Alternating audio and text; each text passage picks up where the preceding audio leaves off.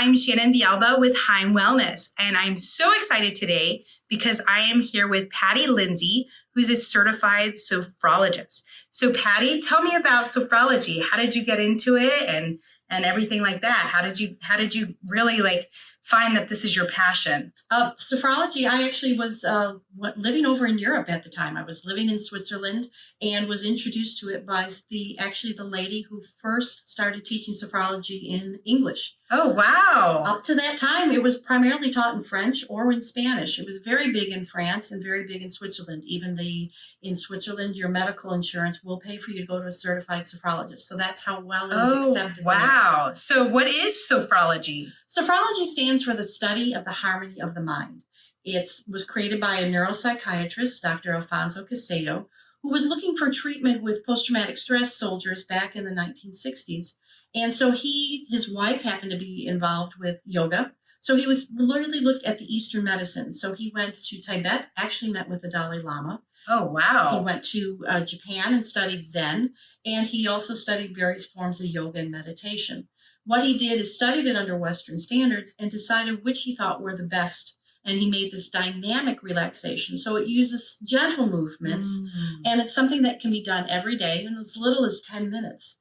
So he took all these the best benefits from Eastern medicines, but made it very Western friendly. So you don't have to go to a yoga class and wear yoga pants or sit there and meditate for 20 minutes. We all know 20 minutes of meditation a day is good for you, but a lot of times, especially in America here, we can't get our brains to settle down for 20 minutes. Right. So sophrology gives you a little bit of a framework that gives you the flexibility to make it your own, but also something to work on so you really get to know your body. It's a study of the consciousness as well. That little voice that's in your head. Mm-hmm. This is a chance to quiet that down and really kind of listen to your body, listen to your heart, because that's where so many of our messages come from.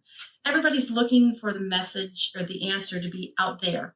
And a lot of times if we sit and still be quiet, we can find that message right here in our own heart. Oh, absolutely. That's really beautiful. And I love how you were saying how you can bring it into your daily life, because I know I do meditation and people think that I'm just sitting there, 3 hours, 4 hours, block off time and kind of spacey, whatever. But this is actually a great introduction for people into a meditation practice, correct? Exactly. It starts out with that it starts out sometimes with just 5 minutes of meditation. So you can be exposed to what that is. But what it actually takes is a chance where you can do it in just a short period of time. And then it brings in the dynamics as well with some simple yoga moves. Because sometimes just sitting there quiet, a lot of people don't relate to that. But if you put simple movements in there, it really connects then that body and mind connection that you're looking for. I know in my own life, it helped me through a very difficult transition when I came back from the United States. And I based on sophrology. There was life changes and people were like, you're doing so good. You should be falling apart. Great. And I'm like, because sophrology allows you to look for that positive, even when you've got a storm going around you, that it's how you react to that storm. And if you can find that peace inside, it's amazing what you can get through. Right. So I actually have an accounting degree. That was my background. But for years now, I know I had so much benefit from learning sophrology and from practicing it that I had to start sharing it. And so I'm taking advanced coursework and I'm bringing it here to the United States. It's, like I said, it's over in Europe. It's now over in Great Britain. It's very much over there.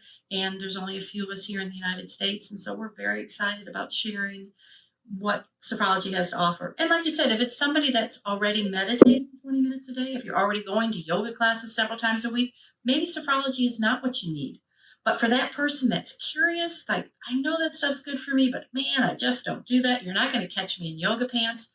This is a chance for you to reach some of those benefits that people who are meditating for 20, 30 minutes a day and for people who are doing yoga classes and such, you can receive that same benefits, both physically and mentally and spiritually, really in a 10-minute-a-day practice. So it's something worth sharing. So you can learn sophrology on an individual basis. If somebody's going through surgery, then I can work with specifically what you're going to be going through. I worked with someone who had a terrible time coming out of surgeries. By her third surgery, she had worked with me, and she actually played a tape that we made her during the surgery, and her had a completely different experience after the surgery, where she did not get sick, where she recovered much quicker. But sophrology can also be done in group. I think, when you have a group of friends, that there's that energy that you have with a group of friends. So sophrology, whether you're friends, whether you're strangers, you find that there's that certain energy when you're sharing it. So it's an easy way to bring a group of friends together, and you're all stressed, you're all just trying to make it through life. So why don't you share learning how to listen to yourself and be quiet with friends? It's a great way to have that energy and to have that experience with other people. And then sophrology is something you take home with you and then practice it at home. Or get together once a week and instead of having a meditation class, sit down and practice your sophrology together. Oh, that's beautiful. I mean, I know I would definitely want to do something like that with my friends or even my family, my son.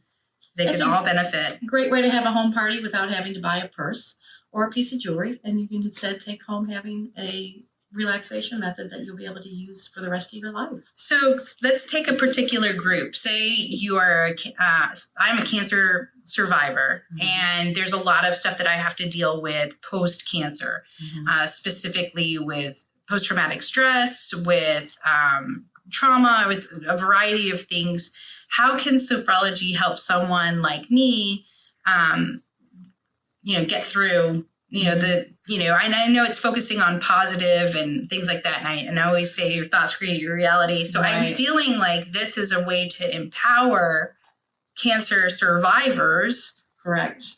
Well, sophrology has 4 main principles. And the first principle is non-judgment. And sometimes the person that we're the hardest at judging is ourselves. So it's a chance to start learning and practicing to not judge other people, to not judge yourself. The situation is what it is, and accepting that. Another principle is to experience life as though it's the first time. So many times we're so busy in our days and what we're trying to do and our to-do list we're trying to accomplish that we forget to stop and look and experience the world around us. And sophrology gives you that chance to pause and stop, and whether it's through walks or through just experiencing time together, to really look at things as though you're seeing it for the first time. The third principle is to put things in brackets. Your experience is part of who you are. You don't want to hide that. You don't want to be angry at it. You want to say, this is part of who I am, and you're not judging it one way or the other. But what we're asking you to do is to put your trauma, your experience in brackets, and then take those brackets and put it off to the side. You respect what you have. Who you are today is because of what you've gone through. But there's also many positive things, and sometimes people can get into that negative spiral of all the negative things that happened. And sophrology is asking you to stop, respect what you've been through, but let's put it to the side and let's focus on those positive things that have happened in your life. What does it feel like, those memories of when you were very happy and when you were either as a child or just any kind of experience? What makes you joy? And start, how does that feel in my body? So you can teach your body to get to that state of happiness instead of focusing on that downward spiral. And then it's through repetition. They call it vivencial repetition. And although that a French person might pronounce that a little differently. And what it is that we learn through our life experiences. There's book learning that you're going to learn from a book, and this is what I know. But there's a real treasure that we learn from our life experiences and how we react to those experiences. So sophrology is asking you to take those 10 minutes a day to be quiet, be with yourself, and to learn. And again, the answer sometimes is inside. It's not necessarily out there. Right. So sophrology, by all those gathering of principles, allows you to see the beauty and the joy in life that there is. Oh, that's beautiful. Well, thank you so much, Patti. Thank you so much for letting me share. Yeah, and I'm Shannon Villalba with HIME Wellness, and this is Patti Lindsey with Sophro Success. Yep. If you want to learn more about us, then you can visit HIMEWellness.com or check out the rest of our videos on our YouTube channel. Bye. Bye. Thank you.